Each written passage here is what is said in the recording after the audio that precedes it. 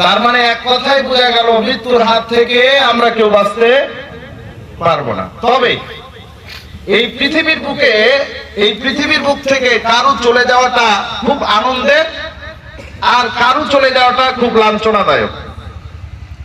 কেন? সারা বাংলাদেশের মানুষ, সর্বস্তরের মানুষ, যে কোনো কারণই হোক, তাকে মন থেকে তারা কি করে? ভালোবাসে। এবং মৃত্যু কোথায় হবে এটা তারাই ভালো জানে, আল্লাহই ভালো জানেন।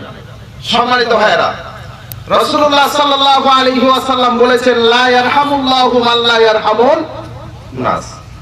তুমি যদি মানুষের উপরে দয়া করো, মহান রব্বুল আলামিন তোমার উপরে কি করবেন? দয়া করবেন। এই জন্য ক্ষমতা পেলে ক্ষমতার অপব্যবহার দেখাতে নাই। যে কোনো সময়ে, যে কোনো মুহূর্তে আল্লাহ তাআলা সেটা কি করে দিতে পারেন? চেঞ্জ করে দিতে পারেন।